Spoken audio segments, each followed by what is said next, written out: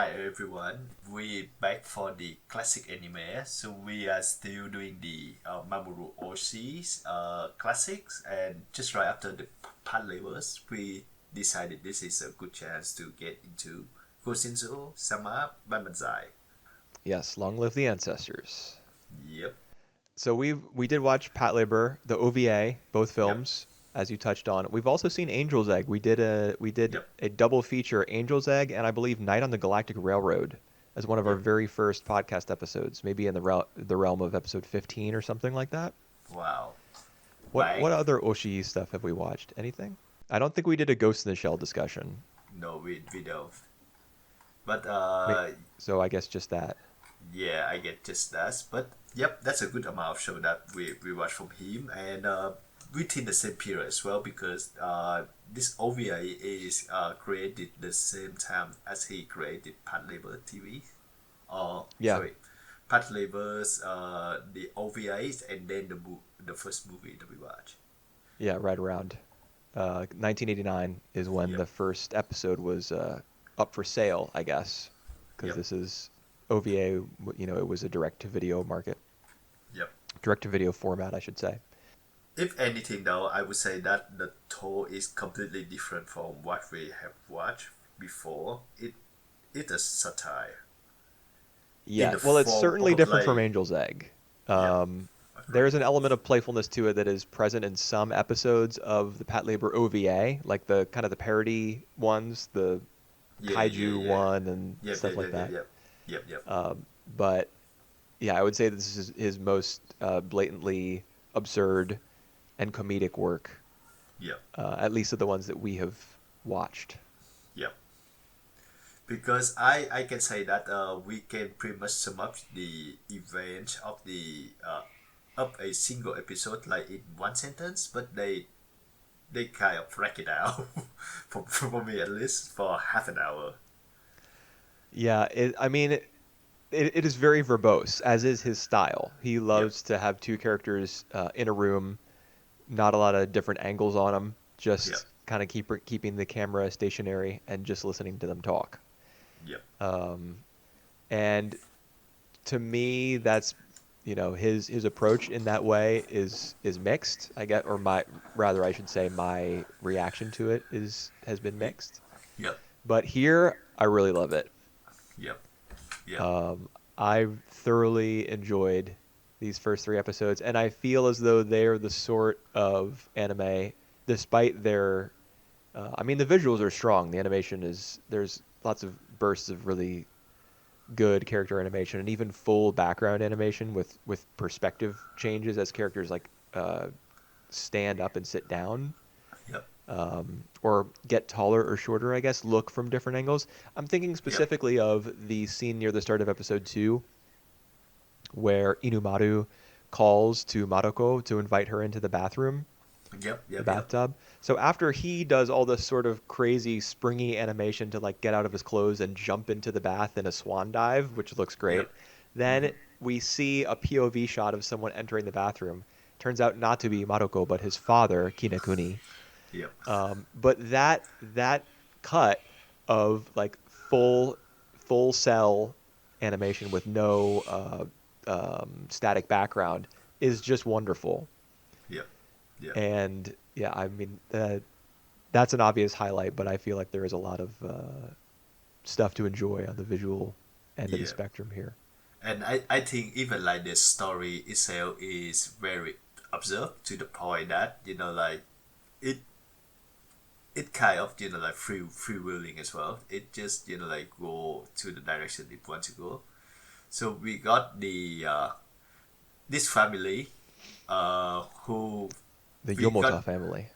the Yumota family who got visited by Mariko who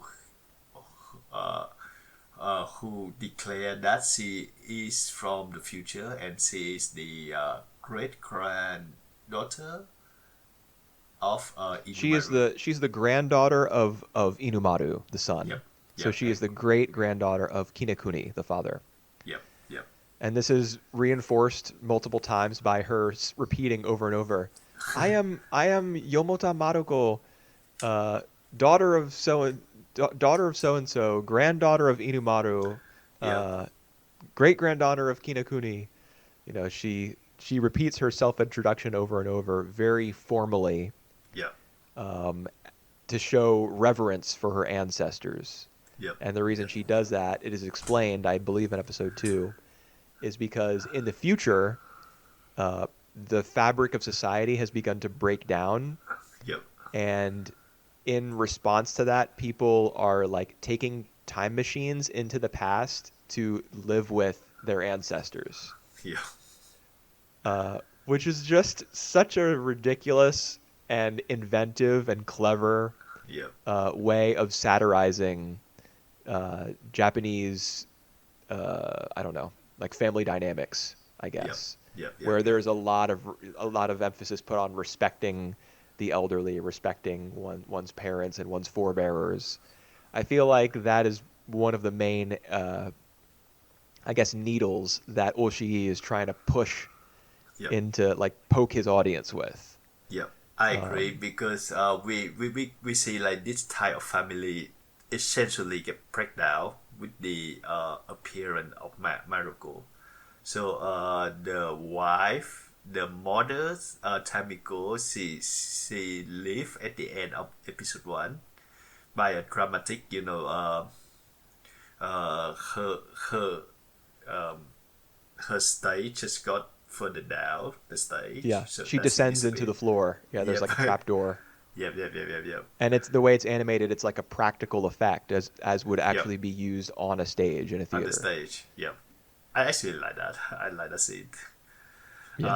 Um, I just feel that especially in episode one where like Inumaru, Kinekuni, and Tamiko just say about their current situation it's going to be too long. But I like now when I thinking back, I think it just uh it is there to see how like how this dynamic, which is I would say typical for a normal Japanese family at the time, how they break down with the appearance of Morocco.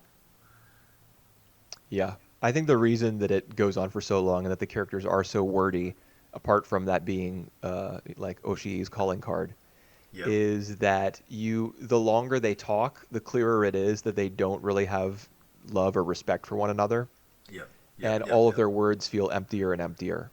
yep, yep, And I feel like that's a criticism that Oshii is bringing to the table yep, with this work, is that you can have all the respect for your ancestors, your Gosenzo-sama, that you want. You can, you know, visit shrines and, I don't know, temples and whatever else you want to do, mm-hmm. and you can pay as much lip service to them as you care to pay. But if you don't love each other and respect each other, then it's all hollow. Yep, And Maruko's appearance exposes how hollow this family's relationships really are. mm-hmm. So to the point actually in the second episode they actually move to the new house. They have the father Kinekuni having more debt.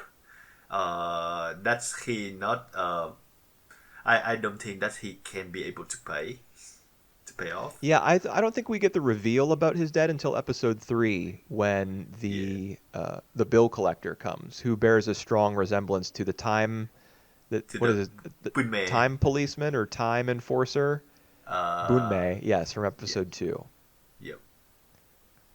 And Yep. it's really fitting that he would have such a similar physical appearance, because since the presentation of Gosenzo-sama is very stage-like, it Yep. indicates that it's the same quote unquote actor playing two different characters, Yep. Yep. Yep. Yep. Yep.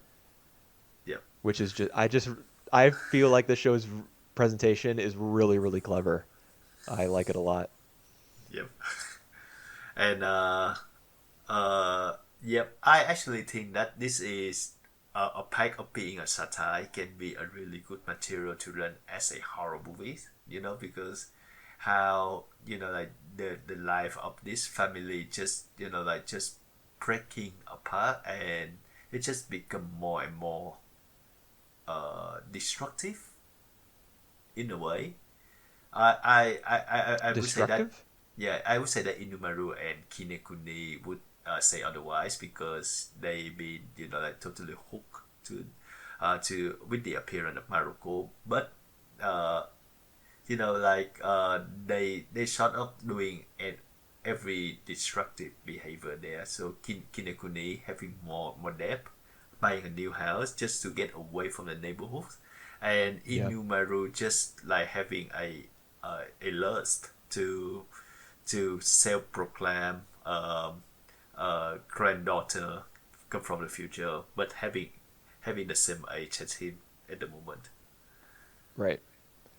Yeah, and also there's literal violence Yep, and the because violence as he well. I don't know if he actually kills the time patrolman or I guess I'll I, just call him, what is his name? Bunmei? Bunmei, yeah.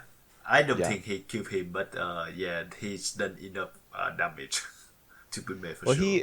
he because the show plays so fast and loose with its own rules, they can Yep, just say that they killed him, and then he could show up again later, but just have a different name, yep, like as though yep, they're all clones, yep, because they yep, need time patrolmen to monitor every single area and every single year in yep, history, yep, yep, yep, make sure that the space time continuum doesn't get messed up.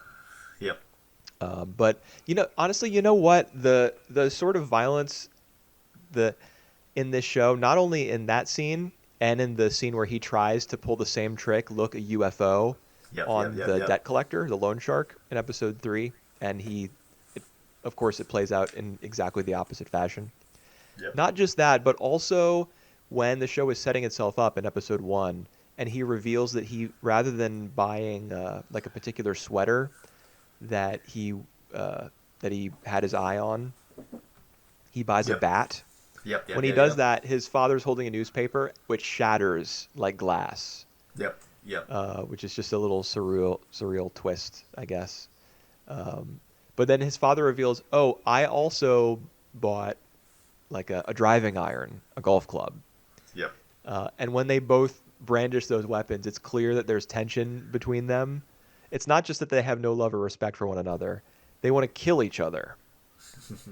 You know what it reminded me of? Furikuri. I Yep, don't know if you yep, remember yep, the scene in Furikuri where Naota like beats his dad with a bat, yep, or yep, it's yep. implied that he beats his dad with a bat. In fact, in the manga, in the Furikuri manga, I think he actually kills his father with a bat, Yep, and they toned it down or rather, the anime came first, and so they just told it differently in the manga, I yep, think. But anyway, it just the father and son like wielding those sorts of unconventional weapons against one another. It reminded me of that. And we've seen, um, damn, I don't have the characters' names in front of my face anymore. We've seen Inumaru use his bat, but we haven't seen the father use his driving iron yet. So yep, that must be coming yep, because it was laid out in the first act, and this is a play after all. yep, Chekhov's gun. yep, yep, yep, yep. So That Kinokuni will probably, one possibility that I'm thinking of, he might. So I don't know if we actually said at the start of this recording or not, but we've only seen the first 3 episodes. yep. Oh, yeah. We Um, only see the first three of the episodes, so this is gonna be the first half of the OVA. I don't think I said that. Yes. Yeah, and then in the second half of this upload, this episode of the podcast, we'll discuss the episodes 4 to 6, which we have not yet seen. So the reason I bring that up is because I'm about to make a prediction here, which is that if Kinokuni needs to use his driving iron on anyone, I think it might be on the private investigator that his wife hires. I see. I actually think that make a lot of sense because as we see at the start of episode three, Tamiko, the wife, hired the private investigator Banai, and Yeah. at the end though, I think they sort of like hinted that they having an affair as well. Yes, I think so. Yep. They do it In a, actually indirectly a very because clear he's a way. Yeah. photographer, Yep. and we hear him. We see them posing in a whole bunch of different positions, and he's taking photos of them. Yep. And then the camera we cut to a view of the door that leads Yep. into the room where they're doing it, but the door is shut. The window is like frosted over, It's Yep. just frosted glass.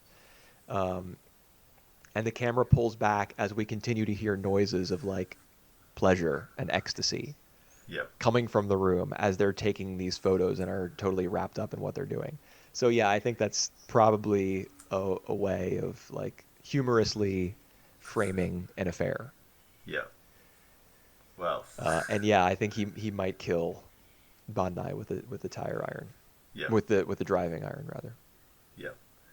And now that Uh, Inumaru and Maroko running away and they don't have the minimum for any income, Maroko I think he asked it to become a to work part time and to earn the money. at a cabaret club. Yep, yep, that's right. So I don't know if that's gonna be a case in the next episode. I think we will find out. I think that's pretty much gonna be the case though. I think it will be, and I'm cheating a little bit by saying this, I guess, but the All right. reason I think it will be is because I haven't seen episode 4 or anything, Yep. but Gosenzo-sama Banbanzai has 6 different posters Oh. online, and I Right. assume they were Yep. the covers for each of its 6 installments on at VHS, maybe, All right. is the Yep. Yep. format Yep. that would have been popular when it came out. Yep. And each of them has Maroko on the front cover, and on the cover of on the fourth one, Yep. she looks very modern. She doesn't have the same like done up hair and huge and ribbons and huge hat that she does here. She Yep. looks a lot more like a, a cabaret Idol. club Yep. girl.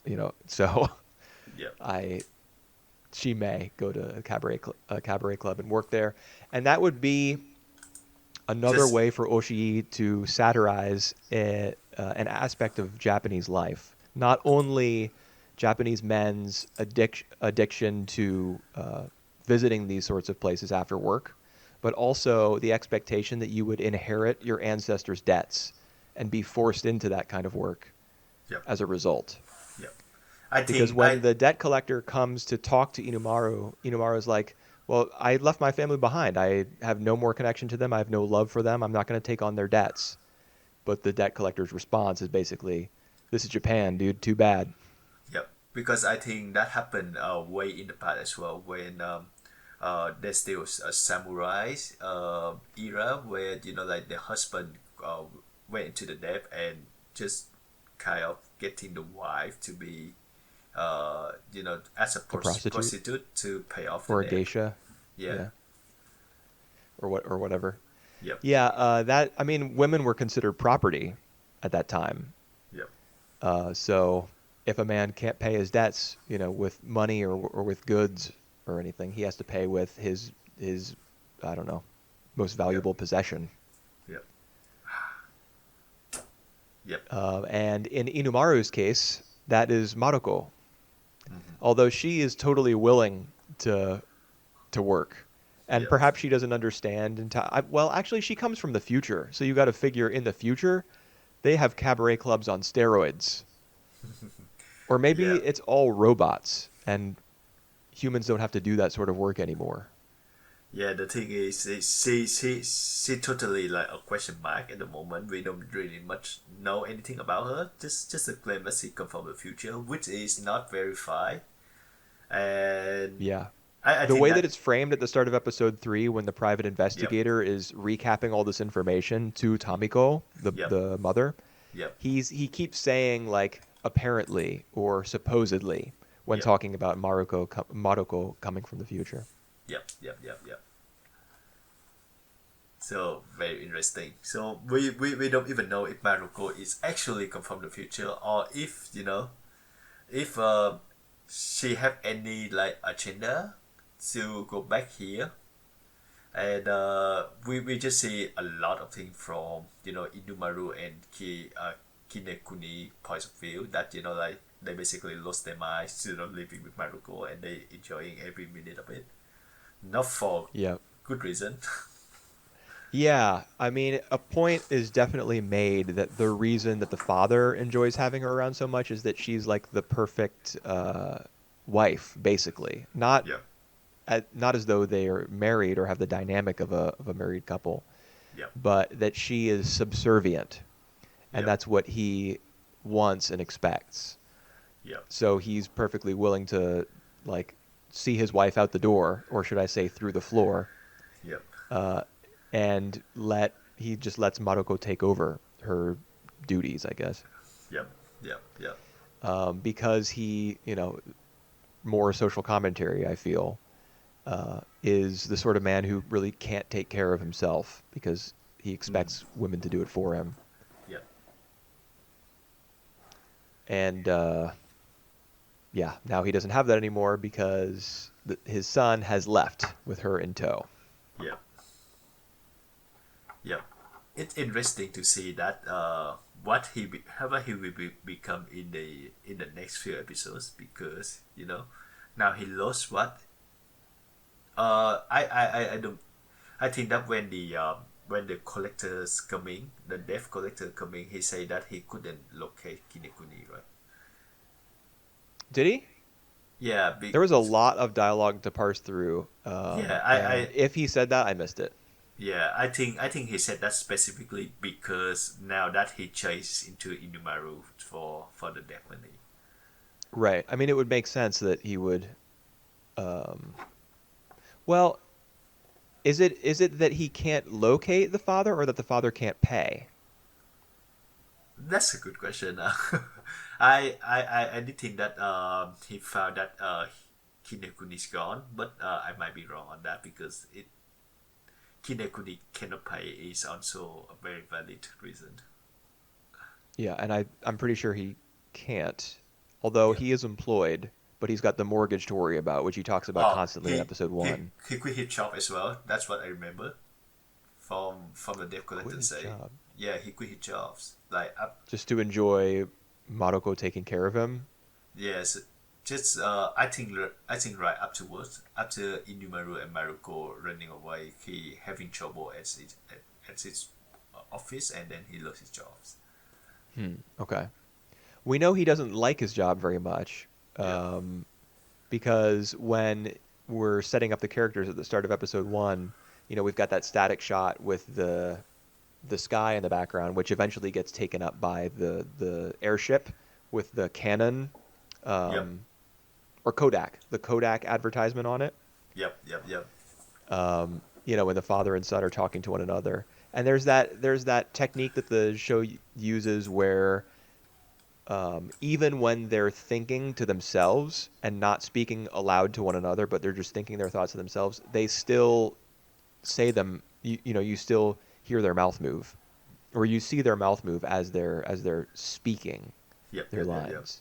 Yep. And I think that's another way that the show is kind of conforming itself to the tropes of a stage play, Mm-hmm. because in order for a character to, it's all oral, you know Yep. it's all based on what people are saying out loud. If a character wants to express their inner thoughts, as the actor, you have to say it. You have to make it clear. So Mm-hmm. I think that's what's going on in those scenes where the father and son are both criticizing one another, but they're actually speaking out loud, not hearing the other. Anyway, as that's happening, they're both kind of acknowledging, or accusing the other one of being lazy. Mm-hmm. Um, Damn it, I keep pulling up screen caps to Yep. look at, which means I have to take away my view of the characters' names. So I just now have to navigate back to my anime list. Inumaru says, you're you're just a lazy old man, and Kinokuni's like, you're a worthless son, you know. Mm-hmm. So all that to say, it's totally believable that Kinokuni would quit his job or lose his job because he just wants to hang out at home in his sweatpants probably and have a pretty young girl bring him Yep. breakfast, lunch, and dinner. Yep. Yep. Yep. Uh, I think it's like a really good satire, and yeah, there's not much to say at the moment. You have any other note? But I think I'm I done have with tons. All right, just go on with that, because All right, I well, think that he will deliver his message, or like hit his punch, like in the last episodes where like everything come all together. Well, I mean, honestly, I think he's already taken some pretty big swings. Here's Yep. a quote from the Time Patrolman, whose name Yep. I can't look up because once again I have Unme. screen caps in front of my face. Yep. Unmei. Unme. Yep. Interesting. It kind of sounds like Unmei, meaning fate. Huh. Kind of All right. ties in with the idea of time, Yep. perhaps. I don't know. Mm-hmm. This is how he evaluates the family after he barges into their house in the middle of a leveled dirt field with Yep. nothing for scenery but a drink Coke sign. He says, "A good for nothing bum of a son, an idiot girl who has nothing to do with him, a loser of a father who only thinks about being served and revered. In our Yep. peaceful Japan, a family at the end of the century finds itself in the middle of a conflict." Mm-hmm. So that, I mean, that to me is pretty clear Yep. that Oshii is like he's already the axe is already being, Yep. it's already on the whetstone, Yep. being sharpened as of episode 2. And it's interesting to note that not only does he criticize the son for being a good for nothing bum, and the father who only thinks about being served and revered, which are both things that we've already touched on in this discussion. He also says an idiot girl who has nothing to do with him, meaning the son. That's a reference to Maroko, Morocco. Yep. indicating that in Oshii's mind, she is not blameless in all of this. She's See. run away from her time, which to us is the future, but to her was the present. Yep. She ran away to lean on Japan's traditional values and their obsession with family and with lineage and with I don't know, respect for one's ancestors. I think Oshii is arguing that women are complicit in this as well. Well, see the cause of all this. Well, And she's not the cause of everybody in this family being rotten. They were that way yep. before she showed up. Yep. True. She's just like But the catalyst. yeah, she's the catalyst for the events here. Yep. But she she's labeled an idiot girl. Yep. Yep. And I think that at the root of that sentiment is the idea that if we want to break away from, Japan's kind of slavish adherence to the nuclear family being at the root of absolutely everything, women need to kind of lead the way in breaking Mm-hmm. away from it. And we don't, because they're not gonna be given anything. They're gonna have to take it. Mm-hmm.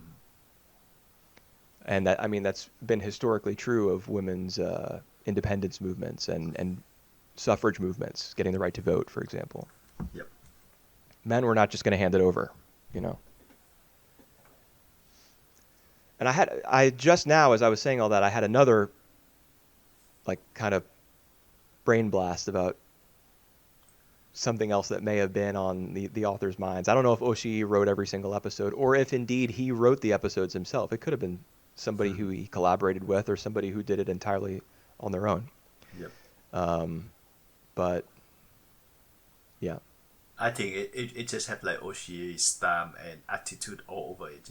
Even well, even if that's definitely true. yeah, Yeah. even if we see like the part label movies, there's like the critic of like the Japan's modern society. It's all in here. Yeah. Yeah, it's definitely his style. Yep. Also, his style, long digressions, I guess, about Uh, topics that are only vaguely connected to the story, the main yep. Yep. narrative Yep. thrust. Yep. Those are definitely present here in Gosenzo-sama, and they all have to do with birds Yep. and how they reproduce and their, I guess, family dynamics. Yep. In episode 1, it is the cuckoo which lays its eggs in the nests of other birds, Yep. which is Yep. kind of what has happened here as Maroko has inserted herself into a family where she doesn't belong. Yep. In episode 2, it's emperor penguins, where the father has to incubate the egg after the female leaves to go Yep. get food, as it, explores the world, like it has its whole migration pattern and the men are left behind. That's Yep. exactly what happens in episode 2 as the woman as the woman leaves, Yep. and Kinokuni is forced to suffer his idiot son. Yep. And in episode 3, it is the Jackson's widow bird, and it's all about their Mating. mating rituals. Yep. And that's what we see not only between the son and Maruko, but also, if our speculation is right, between the private eye and the mother. Yep. Yep. True. So, to be honest, I mean, the parallels between these weird tangents that the show goes on, they're not even really tangents because they open each episode. Yep. You know, Yep. they're just like little cold opens, I guess. But the parallels between them and the contents of the episode themselves are a lot stronger than they than in an ordinary Oshii work. Like if you've seen Vlad Love, when he Hmm. just starts talking about planes in the Yep. middle of an episode for no discernible reason, that shit makes no sense at all. But here, it really fits. Yep. Yep. Agree. And the animate, like the art style of each of those little segments is great as well, because typically it's humans who are dressed up as birds in bird costumes, illustrating the points that the narrator is making, which further plays into the idea that Gosenzo-sama Banbanzai is a play. Yep. Now Yep. we have humans playing birds, so it's all just one big farce, really. It is. And I actually found this the opening session like that very informative for one and humorous. I Yep. Yep. Yeah, I also enjoyed them. Yeah. Pretty fun. Especially And the very, first yeah, one. they are very humorous. There's the humor in this series, despite being so culturally specific, I feel is also very accessible. Hmm. And one of the characters who makes that possible is Bunmei, with his ridiculous slapstick, which I really liked. Yeah. The whole thing where he drinks the Coke in front of the kid before I, getting on the bus near the start of episode 2, and his yep. weird loss of control over his body, I, uh, and even he making just his hands and arms into the arm of a clock. yep. And even he just hang around in front of the Coke billboard. Mm-hmm. It Yeah, just and there's product placement in each of these 3 episodes. There's the Kodak airship that we mentioned in episode 1, which is yellow, same color as Maroko, which I think is being tied to the idea of time hmm somehow. Oh, also, it's the color of a particular flower, yep. right? That the son thinks he sees through his binoculars, Yep. Yep. which to him would indicate like the start of spring, perhaps the start of like, I don't know, a season of romance or of courting. Yep. And then in episode 2, there's the drink Coke billboard, and in episode 3, there's the huge Nikon ad during Uh, the private eye scene. And he yep. even kicks his desk, and it falls down, and it turns out it was a giant camera the whole time. And even afterwards, when the son and Maroko talking in with each other like inside the apartment, we can see the Nikon camera just like right in front of their face. It just like in the building Is it in opposite. the window behind them? Yep. Yep. Yep. Okay. It's where Yeah. he played the guitar. You can see Right. the Nikon camera icon in there. Right. The guitar. Yeah. The tool of many Of a love, hopeless yeah, man yeah, that's hoping true. to woo a woman through like knowledge of 4 chords. Yep, yep, Yeah, that's a nice touch. It makes his character seem very pathetic, yep, which I yep. suppose he is. Also, all the characters seem to be marionettes. I don't know if you've noticed this. Marionette. Yeah, they all seem to be dolls because wherever they have like significant joints, their wrists, elbows, Oh ankles, yeah, yeah, yeah, yeah, etc., there there are lines, like clear demarcations between the different parts of their body, yep. as though they're dolls. Especially Inumaru because I noticed that when he jump around. I think. Yeah. Well, Yeah. he I think is the most mobile character, so it's easiest to see on him. Yep. I mean, apart from Bunmei, he's the most mobile character, but Inumaru is Yep. he? Yeah, it is on his body where you see it the clearest. But the other characters have it too. Very interesting. So it's as though they're just dolls playing out their roles in the society where they find themselves. Yep. Yep. So there's a lot of little stuff like that to pick up on, and Agree. a lot of, I mean, there's some stuff that I can't even wrap my head around. For example, some of the dialogue delivered by the private eye, Yep. talking about that only things that you can see with your eyes are real, and that people have a tendency to like ignore what is real and prefer what is false, or what is, I don't know, what they consider to be. I can't even really summarize exactly what he says because it's pretty heady. It's Yep. pretty philosophically driven. But what it ties back into, I think, is he ultimately says it's film, like things that it can be captured on film that are real because they have a solid shape, Yep. and thus they can be counted on to be true and dependable. And I think on some level, Oshii is like commenting on, like sarcastically commenting on the idea that film is what is real, Hmm. when in reality his stance is that the private eye is completely wrong, and film, despite capturing the physical world, is what's false. Yep. It's hard to make heads or tails of it, though. It's the sort of scene that you would need to watch back over and over, I think, to really have a strong reading of it. Yep.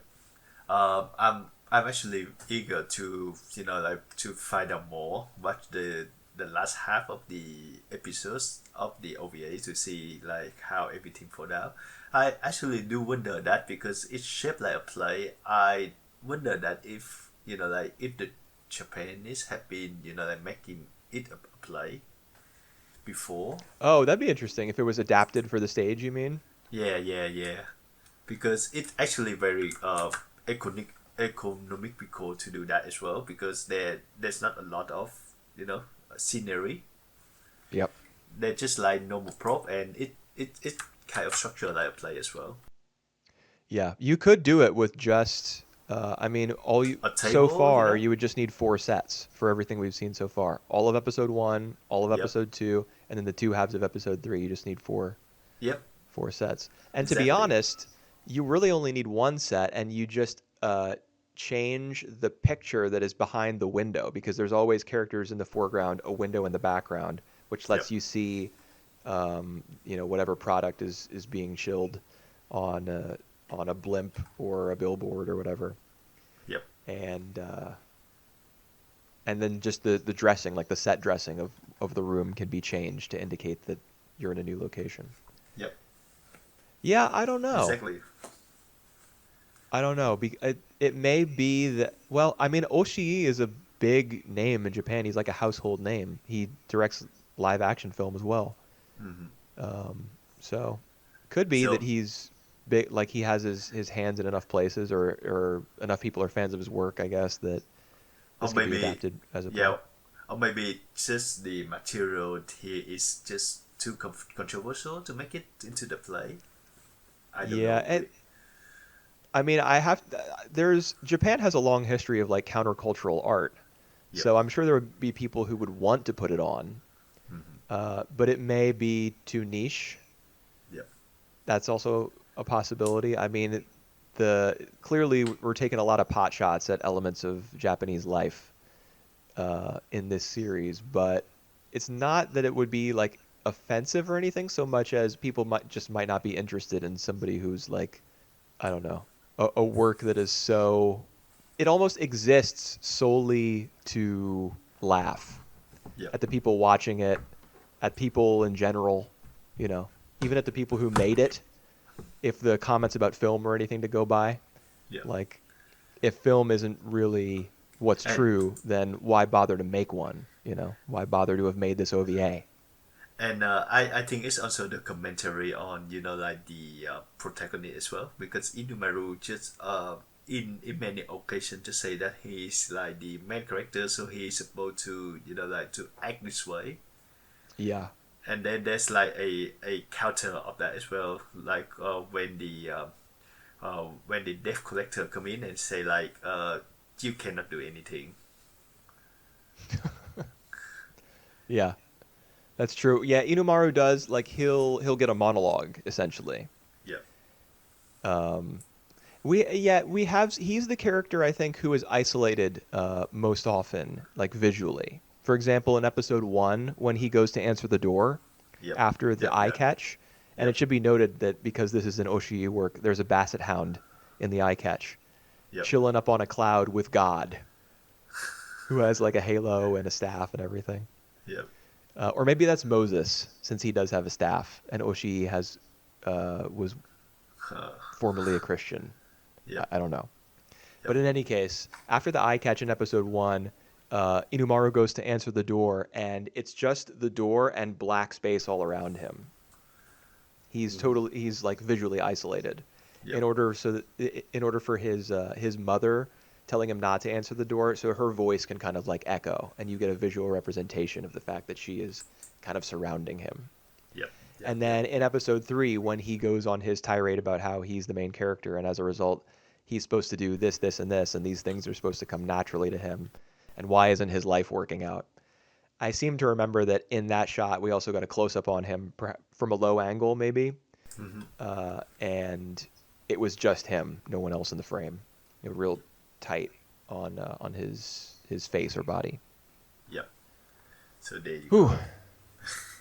Yep, a lot to unpack for this show. And yeah, we just finished the first half, so there's gonna be more to come. Yep. Perhaps at a cabaret club or in the Yep, future, yep, or who knows, we'll we're not necessarily going to be stuck in one place in the yep, realm of the ordinary or even the realistic. yep, We'll see where we go from here. yep. We find out. And I guess you'll see where we go from here right now because we're about to transition into episodes 4 to 6 of Gosenzo-sama Banbanzai. Yep. See you there. And we're back, guys, for episode 4 to 6 of Gosenzo-sama Banbanzai. Long live the ancestors. Yep. Things got pretty different uh, in these 3 episodes compared to the first 3. Originally, it was more of a straightforward, satire, like a family Yep. satire, with some musings about like the nature of truth in the first half of episode Mm-hmm. 3 with Yep. the private investigator, the detective. But starting in episode 4, things get a lot more. There's a lot more self commentary starts to get offered, I think, by the series. Mm-hmm. All right. First off, I just think that episode 6 is basically a epilogue. It's more like a Oh yeah, recap. yeah. It is. It's So like it's half recap and half epilogue, I guess. yeah. But we actually see like a lot more emotional like respond out of episode 6 compared to like the first five. So first five is just more like a satire. Yeah, I would say so. Yeah, Yep. episode 6, the format is completely different. There's no little cartoon bird narrated sequence at the Yep. start. The credits roll very early, so that the last frame that Yep. we see can be, I think, the bird's eye view shot of like the city Yep. block where the apartment is, Yep. Yep. Yep. where Inumaro has, I think, fallen dead in the snow. Yep. And we don't see any other character except from Inumaru. Is that true? We don't see the guy who runs the soba stand. We only hear his voice. No, we don't. We do Yep. see the truck driver who gives him a lift to the Huh? area where the apartment building is. But his eyes are All right. covered by Yep. his hat, so you don't see his full face, and you can't Yep. tell whether he is the time patrolman, or whether he's the loan shark, or whether he is actually Inumaru's son. Yep. Um, Yep. I have a sneaking suspicion that he's one of those characters, but Right. and all three of those characters could be one and the same. The series never Yep. explicitly confirms whether the loan shark is the same guy as the time cop. Yep. And as Bume. Who's that? Bume is That's the name of the time Inumaru cop. sons. Yep. He barely showed up in these episodes. I mean, assuming that each of those people who look like him are all distinct entities, he only gets the little piano ballad on the beach in episode 4. Yep. In each of these 3 Very episodes, there is like a musical number that takes prominence for a couple minutes. And I don't believe that was the case in the first 3 episodes, at least not all of them. Yep. So that's another format I don't shift, remember. I guess, between the first and second halves of this OVA. Yep. I think we can start with episode 4, where like all of the members just come together. Right. Yeah, there's a family reunion. Yep. But the weird thing for me is, and I still question it now, is that Banai, he's like a part of the member, which I think is really weird. Just that he is like always The in reporter? what's the wife's name? Like Tomiko? Yeah, it is Tomiko. Tabiko. Oh, Tabiko. is it really? I must have. Yep. Oh, it is Tamiko. I mistyped it in like one little portion of my notes here. Okay, yeah. He's we later find out in episode 6, as Inumaru is talking to the soba stand vendor, that they're lovers, Tamiko and Banai. Oh, really? Yeah, he says to the soba guy, my mom ended up getting like busted along with her lover for such and such fraud. Yep. All right. Huh. Pretty sure that's where. Yep. That's where we hear about it. But that's why he's hanging around. As as we speculated in episode 3, the scene where the camera's pulling back on the other side of the door, and you hear the two of them like making those strange, like sexually suggestive noises as they're talking about the camera exposing the truth. The two of them are like romantically involved, which ends up being the case. That's why he's always hanging around.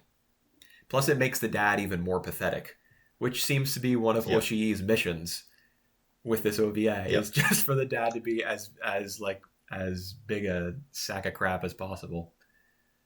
Yeah, like when they shoplift, they actually put him into like the back of the boot. Like he's completely useless. He just has no part in the scheme. I guess because they think he would mess something up. And he looks so like when they open the trunk and he gets like his first glimpse in several hours, I guess, at sunlight. He looks so pleased. Like, yay! I'm free. Oh God. Yep. So it's still more of like the destruction of the perfect happy family unit. As we said in the first 3 episodes. So now that they're all together, they on the run because I think the father is wanted man, and that's why he been put into like the back of the booth. I think. No, I don't think so. Well, yeah. Yes. Because he's still some money. Yeah. So the to get there. The timeline is at the end of episode 4. We hear the news broadcast that a criminal with a golf club robbed a post office in Chiba for 5 billion yen. Yep. And this is after he has, throughout the course of episode 4, has been trying to interject and stick a foot into the conversation, get a word in edgewise, and he hasn't been able to do it. That was probably what he wanted to tell them. So then episode 5 begins with the shoplifting scene. Let's see, I wrote it down. Ito Yokado, which is another instance of branding, in addition to Coke and Canon and all the other brands that show up prominently in Gosenzo-sama. Yep. Yeah, but as far as episode 4 goes, the dad's only real function in that episode is to try to say something and then not be able to say it, because it's mostly the mother and Yep. the son. In fact, it kind of takes Yep. on like a court, like a legal a legal spin is put on the episode, with the son multiple times Inumaru like approaching the stand, and his mom will call him as though she's the Yep. judge. She'll be like, Inumaru, and he'll walk up to the stand and say to her, well, little do you know, you've just put yourself into a catch-22, because you and your detective friend here are trying to prove that she's not actually my granddaughter. Well, in that case, I'm free to pursue her romantically. Checkmate. With the mother Yep. like Yep. looking horrified in the background at what she's done. Yep. All that stuff is still related to the family drama, which is the phrase that appears many times in the script for this series. But even in episode 4, there's a bunch of stuff that really doesn't have anything to do with the family drama, like the loan shark going on and on about the uselessness of stories that have a clear cut beginning and end. You remember any of that? Yep. Yep. Yep. Yep. I do. Yeah, there's a little through line with him in episodes 4 and I guess 5 as well. Assuming that is the loan shark. Assuming that the loan shark That's- and Inumaru's son, are the Yep. same person. Yeah, I reckon that they are the same person, and yeah, it's just the way that they dress differently, but they still basically have the same face. Yeah, that's true. Although this show starts to go off the rails a little bit in that Yep. it addresses like the audience at a couple points. Like, oh, Mhm.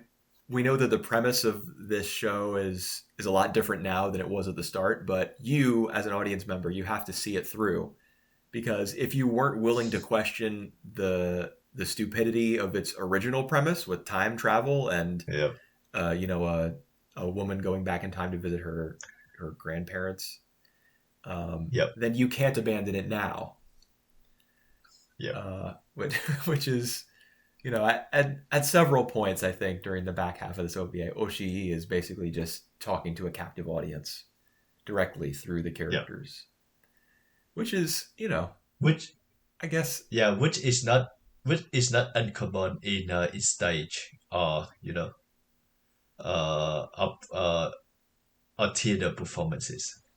yeah, I guess. I mean, there are like asides, and we saw more traditional kind of theater based asides in the earlier episodes. This time, though, it's like Mhm. the author of the play is, Yep. Yep. Yeah. Speaking to the yeah. audience. It's as though their mouths are moving, but it's Oshii's voice from somewhere in the rafters that the people in the audience can hear. It's I think It, I preferred it when it was more of a straightforward farce. yep. Um, I was about to ask you that. Is that the ending that this ending that you're looking for? I mean, it wasn't the ending that I was anticipating, but I mean, Yep. I'm not displeased with the direction that it took. I just prefer Hmm. the earlier episodes, but it is interesting. Like, because there seems to be a purpose, to all of the the self commentary on offer here. For Hmm. example, if you believe that the loan shark and Yep. Inumaru's son, Inumaru, are the same person, then it makes sense for him Yep. to have gone on this tangent about stories with clear cut beginnings and endings being worthless. Because he himself, as an individual, has no clear beginning and ending. Because Yep. Yep. he is his own, let's see if I can get this right. He is his own father and his own son. No, wait. No, Yep. he's his own Yep. grandfather and his own grandson. You have to skip a generation. No. No. No. No. Is that Budme because he's the father and No, Inumaru. had also So the way it would Inumaru. go is there's Kinekuni, first of all, the dad. Yep. Then there's Yep. Inumaru. Yep. Then there's Inumaro, who is likely also the loan Yep. shark in the time cop. And then Yep. he has a wait, who is his child? His child is Maroko, right? And then Maroko Yeah, gives his birth to child him. is his mother. His daughter is his mother. Yeah, his daughter is his mother, but that makes him his own grandfather, doesn't it? Because Um, Maroko is the in-between step. It goes him, Inumaro, gave birth to Maroko, who gave birth to him. So she is the in-between step. So he has to be both grandfather and grandson, with her in the middle. all right. At least that's All the way right. that I interpreted it. All But in right. any case, Yep. regardless of whether or not I'm like mentally picturing this family tree correctly, it when he talks about stories with beginnings and endings, really just being kind of a reflection of humanity's desire to see Yep. the beginning and ending, because those are the two Yep. parts of your life that you cannot observe. Yep. He's really talking about himself. Because Yep. he desires like a clear cut beginning and ending for his life, which he can't Yep. achieve because he's caught in the midst of a time loop. Yep. Yep. So it fits. Like it there's a lot of words surrounding that concept, and a lot of like fancy speeches and stuff, but it fits with the time travel concept. And especially in the last episode, we see like there's more attention to the building, where I think that's the apartment where they Inumaru, Kinekuni, and Tabiko used to live. Yeah. And now it's like I think they mentioned like there is something wrong with the design, so that now it just get abandoned and no one live there anymore.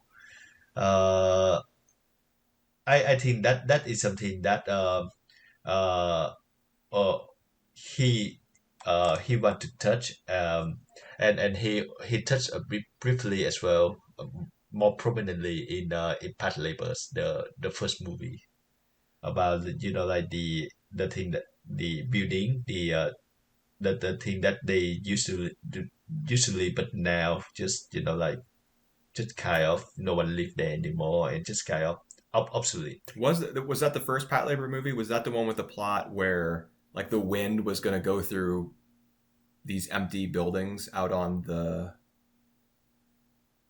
Yep. Am I thinking of this correctly? And the frequency it was going to produce was going to make the robots go haywire or something. Yep. Yeah. Okay. Something like that. Yeah. What was the name? Oh, the Babylon Project. That's what it was. Like all the empty Yep. apartments in Mhm. as part of the Babylon Project that were not yet occupied. Yep. Um, Yep. And then at the same time, I think in the second Pat Labor movie, there was also the villain that they The were train chasing tested. had Yeah. grown up, had lived in a whole bunch of different vacant apartment buildings. Yep. Yep. That are periodically Yep. visited by, like the private investigator character. Yep. Yeah. Well, also thinking about it now, episode 4 of Gosenzo-sama, which takes place outside the restaurant at Orai Beach. There's a discussion between Tamiko and Inumaru about Orai Beach specifically, because she refers to it as a mecca for families, a place where every family wants to go, because I guess it's a Mhm. family-friendly Destination. province or city or something. Yeah. But Inumaru contradicts her and says, no, this place is dead. You're thinking you're stuck in the past. This place is dead now. The Yep. only visitors that come to this beach are jellyfish. Yeah. So that in itself is kind of commentary on the fact that once thriving places in Japan are not necessarily that way anymore. Yep. Yep. Which reflects Gosenzo-sama's interest in like changing the changing landscape of Japan and its differing values between generations and stuff. Yep. So all Correct. that those ideas from the earlier episodes are still present here, but I think Oshi also just wanted to comment more generally on I don't know, storytelling Mm-hmm. in general, narratives, Yep. beginnings, endings, why you as an audience member might have purchased this, you know, these last few volumes of Gosenzo-sama Banbanzai, and why you're watching it at this very moment. He wants to mix some people up. Yeah. I actually like the fact that like last time we talked about the show, we make a prediction that in episode 4, Maroko might join the. I just go with Bar Hostess for now. Yeah, work as a Uh, hostess, I guess. and it turned out doesn't to be the case at all. It actually Inumaru who is the one who like just grew the corn where's no one gonna visit, and Maruko just like enjoy herself in there basically. Don't do anything. Yeah. Well, the reason that we had speculated that, and I think it was mostly me who was making that inaccurate prediction, was that I referenced like the VHS covers of the different Gosenzo-sama episodes, and in episode 4 she's wearing Yep. like kind of like a revealing and provocative outfit. Turns out that was just a really low Yep. cut swimsuit, which is why they're at the Yeah. beach. You know, it wasn't Yep. Yep. Yep. Yep. any sort of dress or anything. Yep. Yep. Yep. Yep. Yep. Dude, why can't I remember the name of what those sorts of bars Uh. are called? Yeah. I don't know. Hostess, but well, Yeah.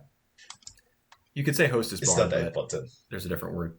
Yeah. Yeah, that doesn't end up happening. So Maruko's motivations are obviously called into question. That's a big part of the sort of legal setup of episode 4, where it feels a bit like a court case, because Yep. it's Tamiko Yep. and Banai who are bringing this case against her, and that's what that huge rolling trunk that he was carrying was for. It had a projector inside, and you Yep. see her, apparently her, someone they believe to be her, getting involved with a whole bunch of families and Different. famous figures, and I guess pretending that she's a distant relative or like an ex-lover, or there's even a mention of the fact that she was spotted in the Japanese district of San Francisco pulling a similar con. Yeah. I don't know whether Yep. that's true, or in the case of this series, whether it even matters. Yep. Yep. I agree. It's just that she's being accused of not being who she says she is. And I mean, there's based on the way that episode 6 ends, because a couple of times Inomaru wakes up from a dream. First, when he's on the train with his guitar, Mm-hmm. and then later on when he's in the truck, and the truck driver drops him off close to the apartment building where his family once lived. He wakes up from a dream there too.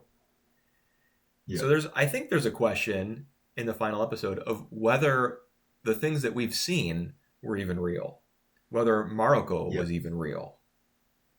Yep. But as the ending indicate that it doesn't matter. Inumaru obsession about Maroko is real, and Right. maybe that's all that matters. I guess. I mean, you do see the yellow blimp, which she referred to as a time machine in episode 1 or 2. Yeah. Maroko said that's how she like got to this era, where she rode the blimp. And so he sees it, but he also hallucinates her at the train station where he gets off the train at the start of episode 6 after having woken up from that dream where his dad attacks him with a golf club, and he goes up to the apartment building and attacks Maroko with a baseball bat. We did, after all, after seeing the golf club and the baseball bat in the first episode, we finally see them used for violence within the family, Mhm. in his dream in that final episode. Yeah. Also, the dad uses the golf club to rob the post office, as you find out Yeah. during the PSA in episode 4. Yep. Damn. Yep. We know that he gonna use it somewhere, but Unfortunately, it was off it's very screen. yeah. Yeah. So, All do you right. think the blimp was real? Do you think Mariko was real? I think that it doesn't matter I mean, I because guess that's true, especially since there's so much commentary on like the nature of stories and whether they're even worth the time that you put into them. yeah. Here in these last couple episodes, but at the same time, that's pretty dissatisfying. You know, not to say that the way that the This OVA ended is yeah. dissatisfying, but just to give up on the question of whether something is real or not is kind of, as a Yeah. viewer, is kind of dissatisfying. Uh, ye- I think in the way that it's a commentary as well that if you accept her to be real, Maruko to be real, you have to buy all these like development that gets surreal, more surreal and surreal at times. At the same time, the way it present is like a stage play, which is for me is an indication that like any of this isn't really happening. So I mean, that you could can be. have arguments for and against each of these guys, and even Mariko, like at the end of the day we don't know much about her or motivation. We don't see we see even like at the scene where we see Inumaru and Tamiko talking like court at the court about Maruko herself doesn't really say anything to justify herself. Right. Yeah, in scenes like that, and there are a fair number of scenes like that where she's being talked about by the other Mm. members of the family, but she herself is just Yep, facing the audience with a smile frozen in place on her yep, face. yep, And yep, there may be a spotlight on her, but oftentimes there isn't. The spotlight is on the characters who are arguing about her. I think she just, yep, she's yep. just meant to represent, at least that in earlier portions of the story, she's meant to represent Japan's, um, Obsession of yeah, their visiting culture the of like the honor family. and reverence for one's ancestors, one's family, Yep, which I think was like an idea that Oshi successfully, kind of picked apart. yep. Um, Now I just very curious about the film Marco because it's supposed to be a condensed version of this. And it's only lasts for like 90 minutes, so like a lot of it not get cut. And I just wonder like how they gonna frame the story like differently from the oh, OVA. there's a film version. Yeah, Marco in 1990. Wonder if it has like a different ending or any new footage or anything. Yeah, that's what I'm curious I'm about. sure someone I somewhere on the I internet has figured that out and posted about it. I would say that they're gonna use like a structure from episode six. So like we have Inumaru just eating and then just kind of tell the off-screen vendor, which is audience as well, about the story of how he met Maruko, and it's start from there. That's what my get is. Yeah, I think that makes sense. Hmm.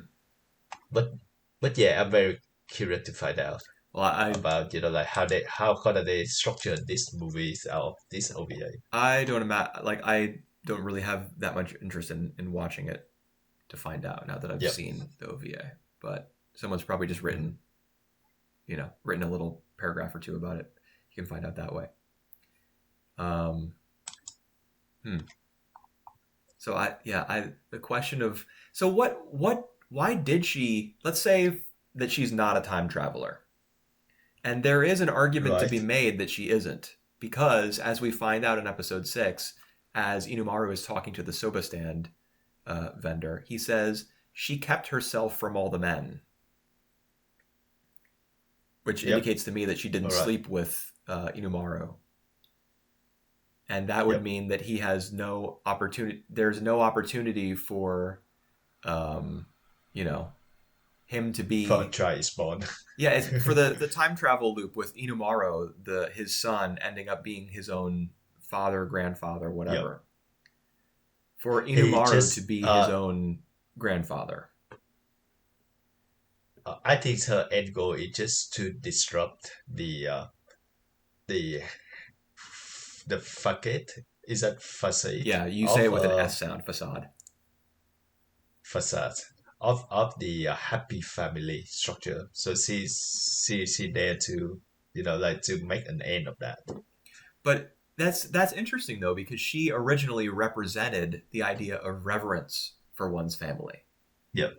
But it ended up being Yep. she ended up being the destruction of the family. And if she's not a time traveler, then her motivation seems to be solely to destroy the family.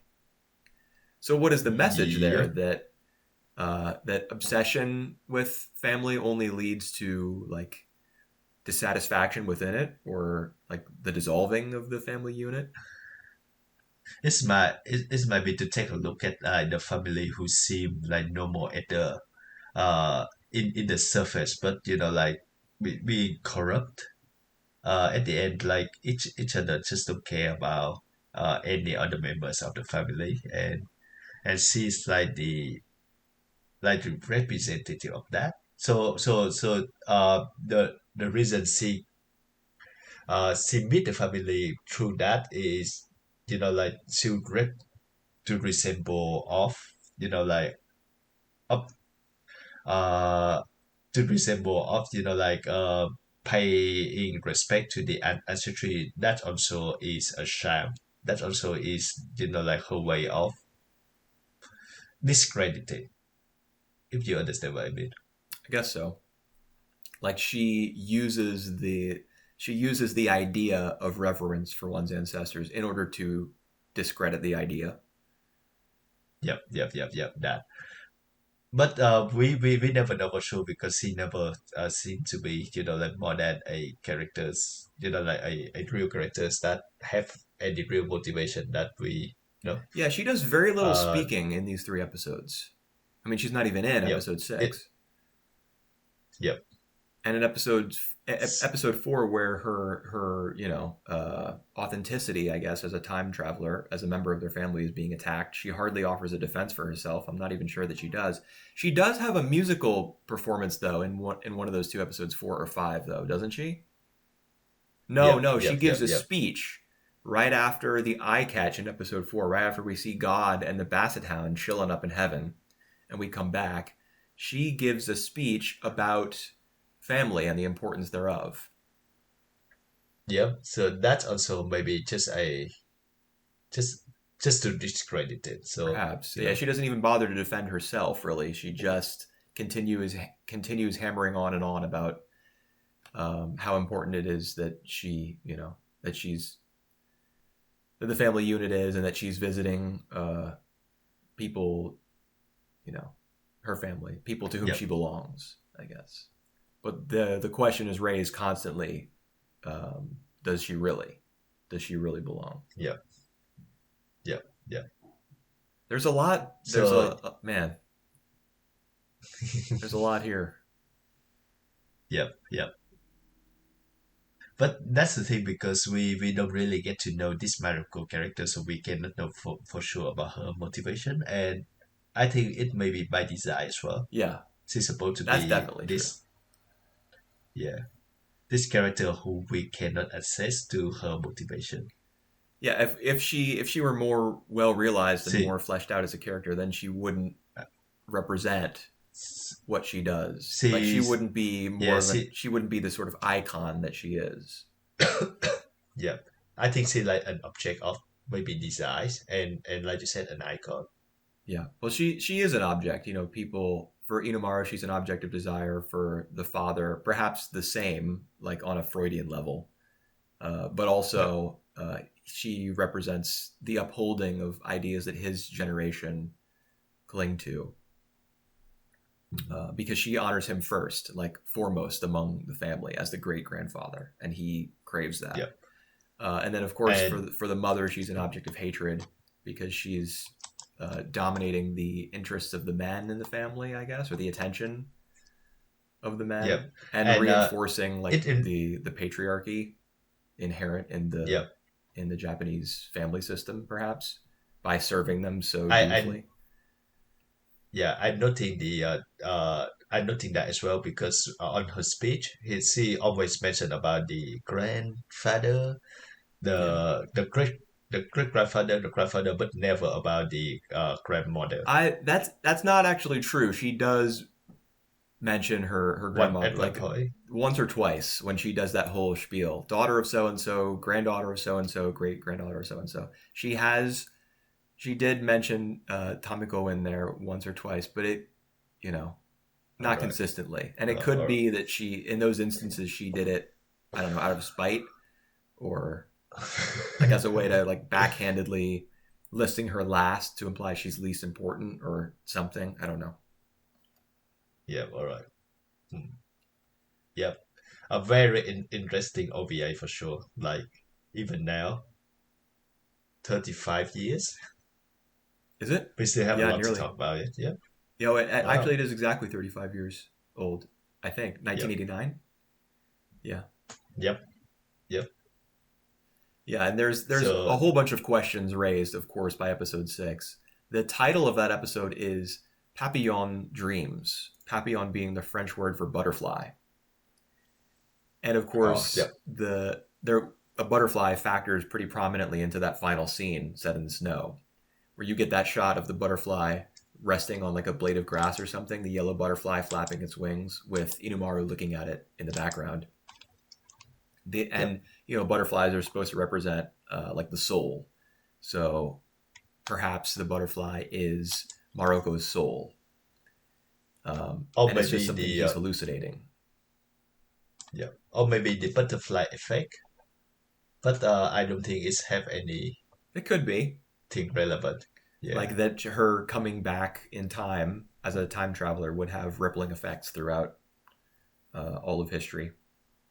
After all, that's Yeah. what the Yeah. time patrol exists for, is to prevent stuff like that from happening, as explained by what's his face in maybe episode 2 or 3. But I Yep. wanted to bring up that papillon, that word for butterfly, also refers to a dog breed that has Oh. Well. ears which look like butterflies from the front because they Hmm. have like long fringes, like long strands of hair coming down from their tips. So if you look at the dog from the Yep. front, it looks like the dog's face is the body of the butterfly, and its ears and fringe are the wings. And the reason it would be significant that a dog breed would be referenced by the title of the episode is because of the Inu in Inumaru's name, meaning dog. Oh. In fact, there are several references throughout these 3 episodes to or moments where Inumaru's name being dog themed is like visualized or even has an accompanying sound effect. There might be a character who refers to him as a dog, and there will be like a little bark in the Hmm. background. I don't know if you caught that. That happens a couple times. Wow. He's even put on a Interesting. leash in episode 4 Yep. Yep. by the loan shark. Hmm. Yeah. Oh, that's very interesting. Yeah. The only I reason didn't I catch found out that at about any all. of that was Yep. because I had to look up the word papillon because it Yep. was Yep. in the title of episode 6 and I didn't recognize it. Hmm. Well, all right. I think that's our wrap up for this episode. You have any other closing thought? I mean, Oh, I have more to say about episode 6, I guess, but it's yeah, yeah. all Go on, just go on. like kind of speculative, and it's all about me trying to pin down whether the events of the series really happened and whether Mariko was really a Yep. time traveler and all that. It would just be kind of circular to bring it up. Yep. According to episode 6 now, it's more that it's all in Inumaru head, and it's more like like his obsession with like the one girl that he you know that he been dreaming, or like he saw her at one point, and then it just like he been obsessed with her and thinking of that scenarios. But Yeah. like I think it meant to be taken either way. Yeah, I can't help but feel though as though there are some hints as to the nature um, of those scenes, of those dreams. For example, Mhm. when he wakes up from the first dream, where he's running through the field outside of the apartment building, and he eventually runs up. He runs up to the apartment building and attacks Maroko with the baseball bat. When he wakes up from that dream, he's on the train. The station that he's arrived at is Oyashirazu. And have you ever seen an anime where uh, a train arrives at a station and there will be like a very monotone sounding voice saying like Oyashirazu, Yep. Oyashirazu. That's how they announce what station you've come to. Hmm. So that's when he wakes up from the first dream, he's arrived at Oyashirazu station. Later, after he's spoken to the soba stand guy, and then from there he wakes up in the truck. He Yep. mutters to himself sleepily, "Was that all a dream? Oyashirazu?" He says the name of Hmm. the station out loud to himself as he's waking up from the fog of a dream. So I just wonder what does that mean? Does that mean that Yep. him waking up from the first dream and arriving at the station with that name was in itself part of a larger dream? I just don't, there the Yep. script contains little teases towards the answer to the question of whether or not it really happened. But I don't think, maybe is somebody out there who's seen this OVA a dozen times and has grasped everything that it has to offer, but I'm not at that level. Yep. And it doesn't really if it turned out to be just all in his head, I wouldn't be surprised as well, as Oshi is also known for like depicting that before it got in the shell, and like is it dream or is it real, and some of his live action film as well. Oh, I haven't seen any Like of his live action work. I saw one of his live action film way so that before this, and it actually really interesting. Like one of the film that I might want you to watch at some point as well. Hmm. Ghost in the Shell was less about things being a dream or not. That was Hmm. well, actually, I guess it kind of was. It was the second Ghost in the Shell film, Innocence, which has kind of like a looping Yep. structure towards the middle. Hmm. That one Yep. Yep. is Yep. is definitely like makes you question whether what you've seen has Yep. really occurred or not.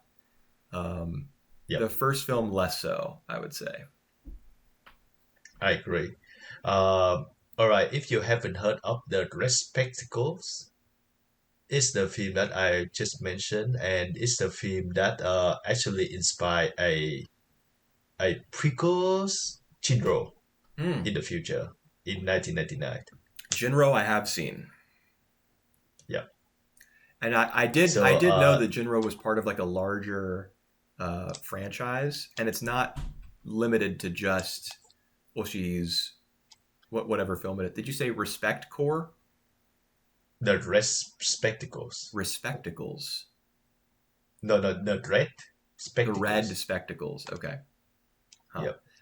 Jinro is Look that not up. limited just to like the continuity of that film. I think it factors into a much larger like alternate history project.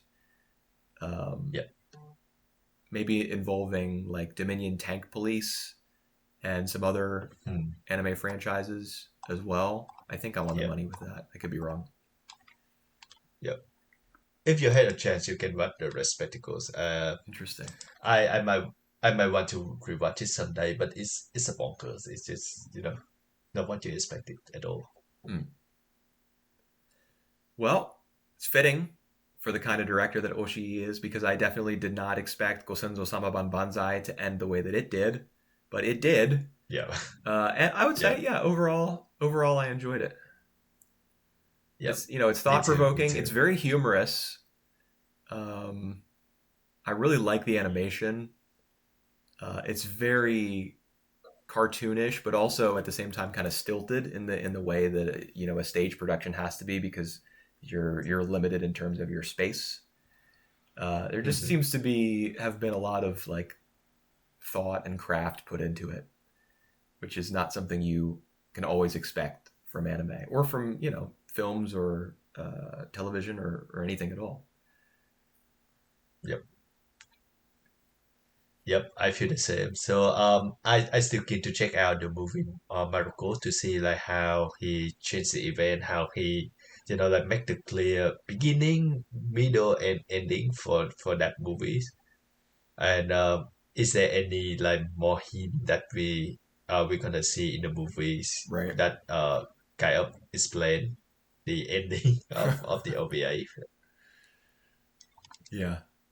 But yeah, Maybe someday in the far future, I will check it out. yeah, You know, because like for example, when I rather than watching something like Gurren Lagann, I would probably watch the two compilation movies. Rather than rewatching the whole TV series. So the same could be said yeah. for Gosenzo-sama Banbanzai. I might just watch Which is Maroko not instead. the bad way. Yeah, which is not the bad way. Like I plan to do that with Gundam, Oh the yes, original yeah. three With Gundam, movies. you would probably want, unless you were really dedicated or had a lot of time, you would probably want to go the compilation movie route. Although with Zeta, it's different. Yep. Mm, Zeta might I have to. see. You might want to do the TV series if you feel Yep. like All it. right. Anyway, Gundam Cool. is Cool. a whole another story, literally. Yep. Yep. Yep. All right. So I think that's it for now. Yeah, I don't know if we'll do Uh, another classic series. I have to assume that we will at some point, but maybe not in the immediate future. We'll think about it. yep. Yep. All right. Bye for now, guys. See you later.